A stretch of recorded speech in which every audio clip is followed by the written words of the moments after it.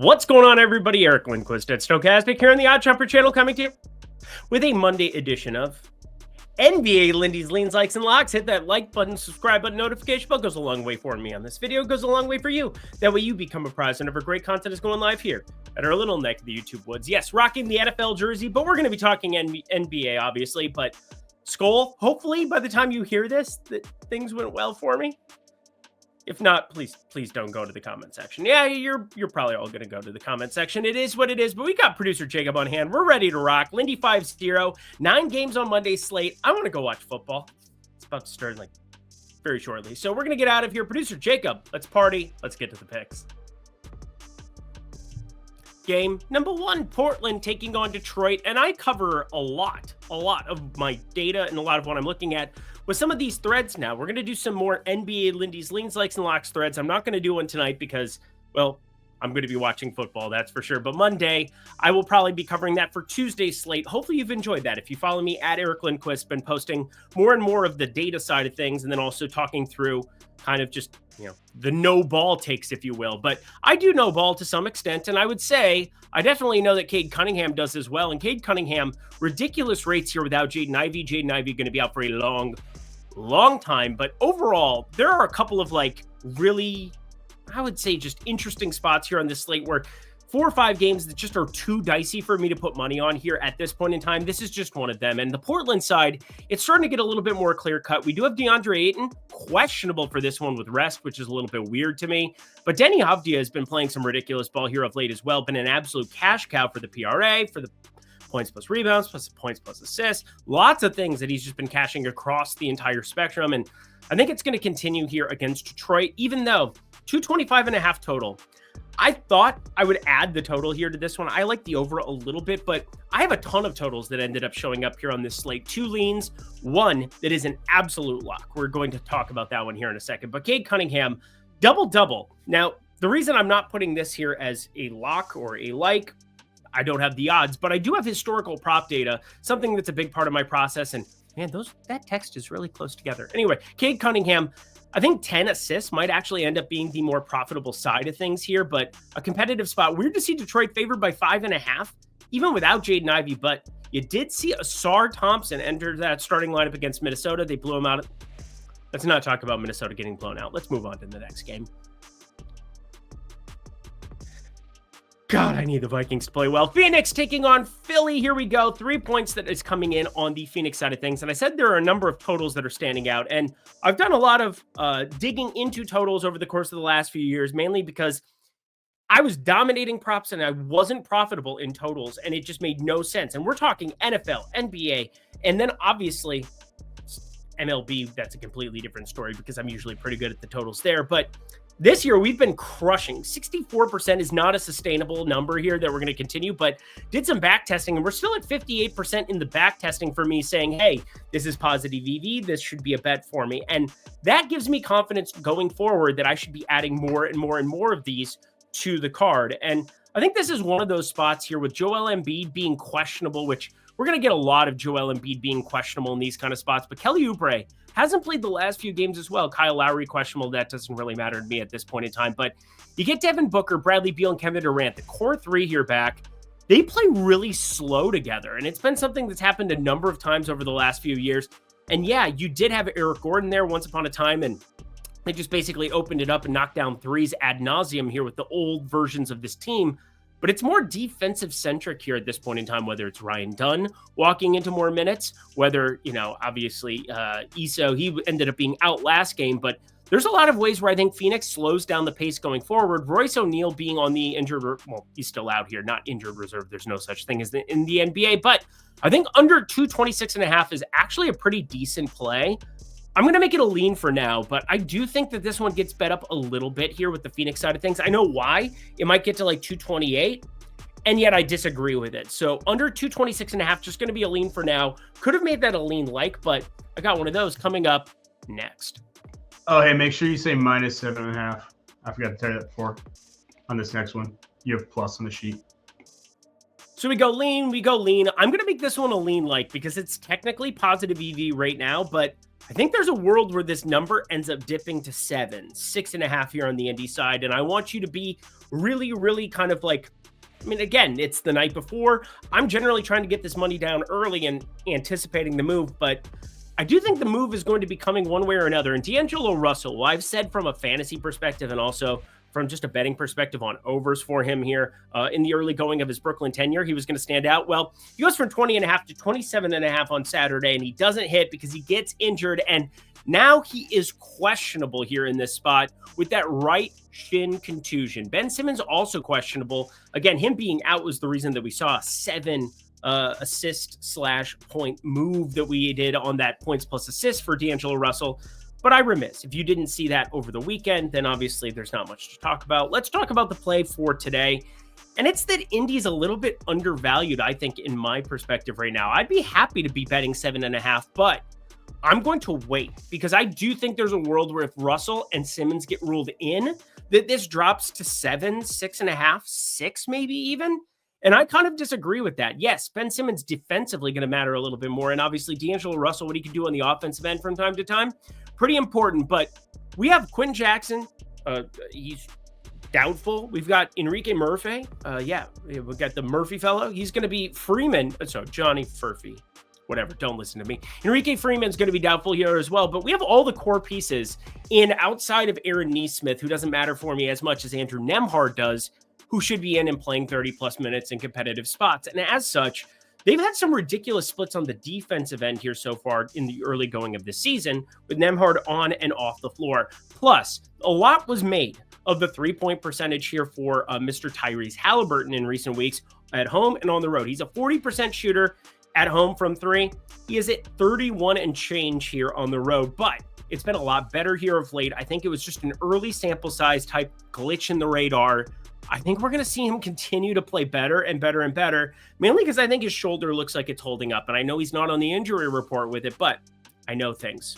Shout out Iowa State. So Indy, minus 7.5, going to be a lean like for me. I want it on your radar. I want to have a play on this in some capacity, but I'm going to wait and hope we get those pieces in so that we get a better number going forward on Indy. And to my favorite play of the day, and it's not remotely close, Orlando taking on the New York Knicks. And Jalen Suggs ends up getting dinged up, and, well, that matters a big amount here because, well, Karl-Anthony Towns questionable on the other side here for the Knicks. This game should be inside of 10 here in the event that you get Suggs. Well, Suggs is already out, but if you get Karl-Anthony Towns out too, I would want to have a play on Orlando plus 10, but that's not what I'm staring at here. What I think is the most advantageous part of this game is that total right there, 209. Now, Jalen Suggs, he's a really great two-way player here on this team. And not only that, Paolo Banchero, great two-way player. Franz Wagner, great two-way player. All three are going to be out in addition Gary Harris. So your starting five could be a lot of different iterations, but I do think Trevelyan Queen, probably at the shooting guards position. Jonathan Isaac going to be coming off the bench here routinely. It's still going to be Tristan Da Silva. Wendell Carter probably comes back in. Kentavious Caldwell-Pope, great two-way player. We do know that. And Goga Bitadze, probably one of the more underrated centers that most people don't talk about when it comes to defense. He is one of the best in the entire NBA on that side of the floor. However, the point guard position is what I left here for a reason.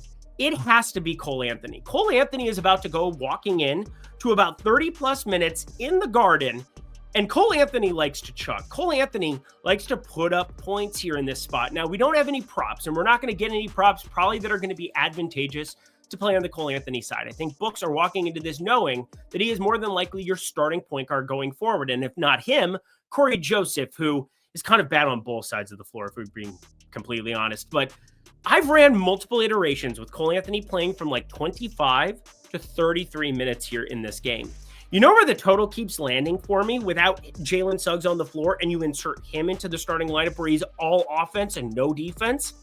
215.5 to 219.5. We're talking way above the total of 209, way above it. It is by far my favorite total that we've had on the board this season. We're undefeated. It is January, 6th here on Monday, and we are undefeated when it comes to totals in the lock department. 3-0. Think we make it 4-0 here on Monday. So over 209, my favorite play on the board here, bar none, assuming that Cole Anthony gets the start. And why wouldn't he? Well, if it ends up being Corey Joseph, that's going to kind of suck, and it's going to be closer to that 215 edge. But right now, 1 unit, full send, over 209. Also a send, getting into that Lindy Discord, Lindy50, you go to the link below, you sign up, $10 for your first week with code Lindy50, $25 for your first month using promo code Lindy50 now. What do you get with that? Well, you can get the Odd Shopper app in companion with all of my plays, and you can get notifications right when I bet something. As soon as I bet something, you can have access to it that second, immediately. And Lindy50, friends, this is going to be going on forever, but you want to jump in now purely because there are going to be opportunities for the NBA streets, for the NFL streets in the playoffs to really jump in early on lines before the videos come out. So if you're enjoying these videos, if you've been watching Lindy's Leans, Likes, and Locks for a while, if you want to get everything in the NFL streets where I'm going to be betting stuff really early come playoff time, where I'm going to be betting stuff all the time in the NBA streets, that gets it done for you. Again, $25 for your first month. That is less than $1 a day to try it out. And if you don't enjoy the system, if you don't enjoy my process, well, be gone with you. That is just fine by me, but I think you'll enjoy it. I think you'll enjoy the value add that comes with having the Odd Shopper app and that Discord access. And hey, ask me questions whenever you want. Lindy50 at the link below. Back to the picks we go. There's still some interesting things to talk about here as we have Milwaukee -7 taking on Toronto. RJ Barrett's still questionable with this illness. I don't know what he has. Maybe the bubonic plague at this point, but Andre Jackson Jr., woo, he ended up punching a dude and got completely ad nauseum, but he's not even suspended or anything. He's got an illness himself on the other side of this game. If he ends up out, it's pretty clear cut. You get like a Gary Trent random starter. Taurean Prince, probably the most likely guy to slide in there. He'll play the 3. Chris Middleton, you move to shooting guard. You play along Dame, Giannis, Brook Lopez. You know how this works by now. But Emmanuel quickly starting to get integrated more and more. He's somebody that I'm definitely circling as far as prop exposure on a day-to-day basis, because we're going to see 40 minutes from him sooner rather than later. But that is not going to be my lean here purely because 230 actually stands out to me. I have this closer to 228.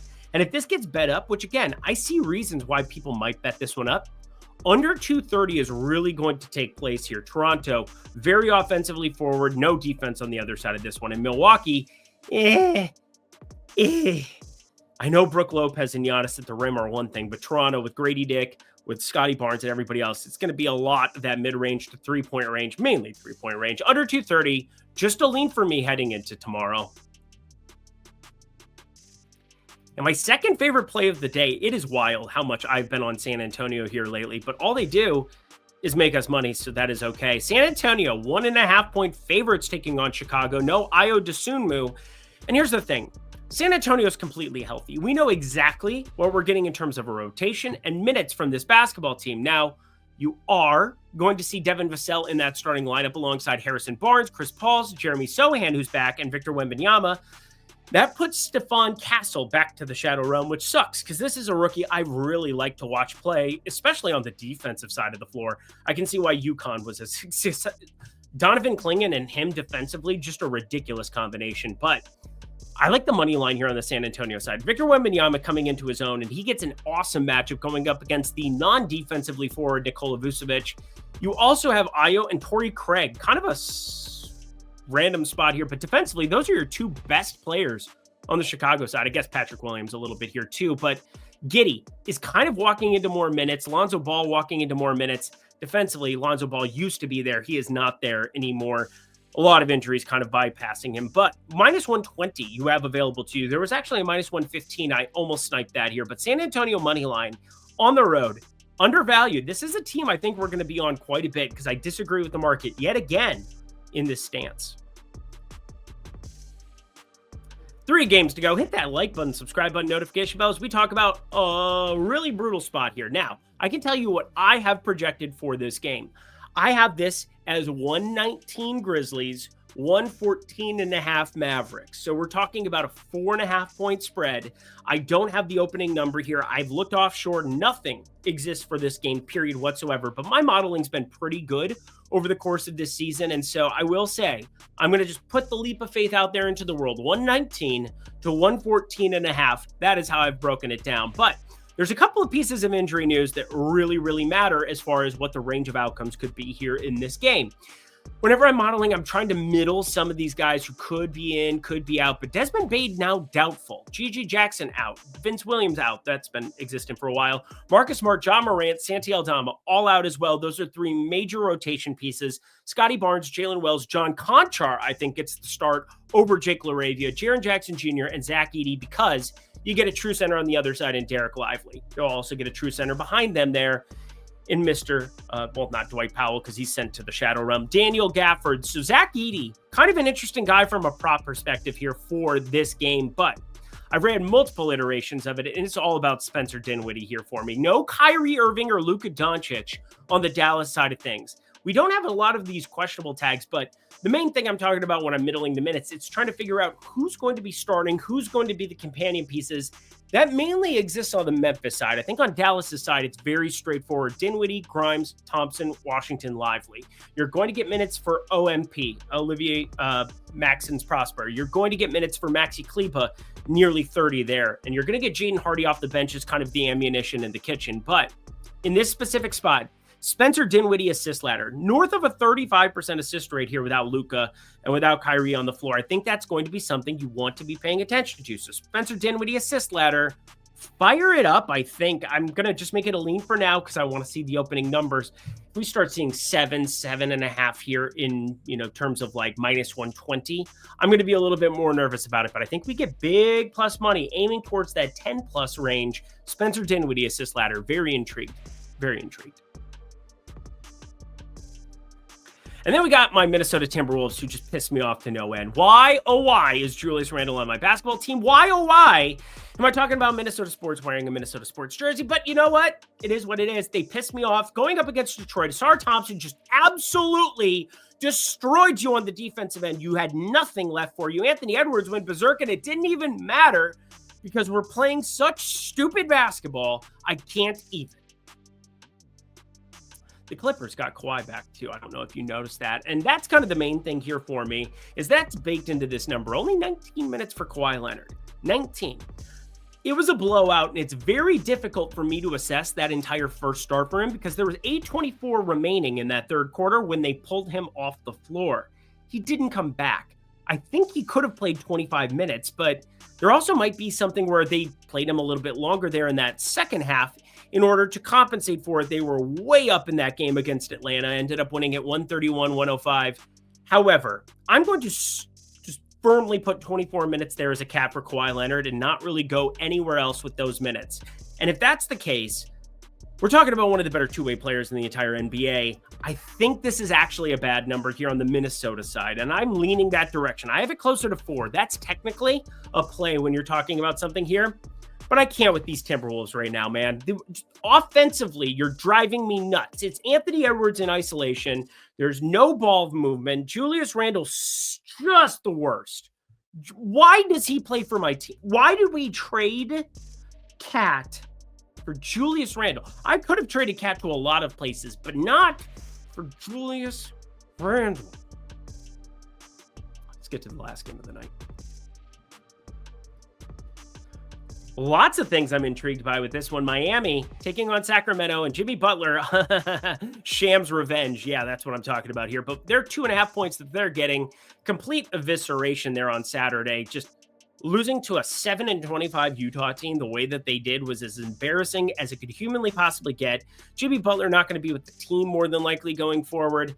It is what it is. Going to be able to try to get something back for him here. But I think Hero, Rozier, Highsmith, Jovic, Adebayo, you do have Haywood Highsmith personal reasons that he is questionable. As long as he goes through the shoot around, I've got him in. But kind of need to be paying attention to that one because if he ends up out, we're talking about Jaime Jaquez playing a lot more minutes for this team. Pell Larson is back in his life, and Duncan Robinson off the bench. I think there's lots of ways that we actually want to attack this Miami team, and I do think Tyler Hero still stands out because we saw his rates without Jimmy Butler. We're talking almost 30% usage, almost 40% assist rate, only around a 10.5% total rebound rate here too. But I think all of that across the board makes a double-double. An intriguing bet. We were getting plus 550, plus 600. I ended up piecing together 10 plus assists, 9 plus rebounds at nearly 50 to 1 on DraftKings the other night. So there are ways that we can get some kind of value on the Miami side, and that keeps me off of betting the Sacramento spread right now. But if you don't anticipate prop exposure, I'm happy laying the 2.5 here on the Sacramento side. Once again, a second lean like on this card. Indy minus 7.5. Haven't bet that one yet. I will, as long as it stays inside of that number, and I'm waiting for that line move. And then Tyler Hero here is the other reason that I haven't bet this one yet, because I really do think the prop exposure might end up winning the day for me. But if you're just going to be playing that Sacramento minus 2.5, have this closer to 4. Think you should have that here in play. And that does it for another edition of Lindy's Leans, Likes, and Locks in the NBA streets. Head to the comments section below. Let me know your favorite plays that exist on the board for this lovely slate we have before us. Thank you, producer Jacob. First one in the books here. Don't forget to check out at Eric Lindquist. Going to be doing more of those Lindy's Leans, Likes, and Locks threads over on X, so check that out. Would love to see you guys there. Hit the like button on your way out too. 50% off Lindy 50. We talked about that. Let's get the heck up out of here. Until next time, friends, I'm Eric Lindquist. Best of luck in the NBA streets on Monday.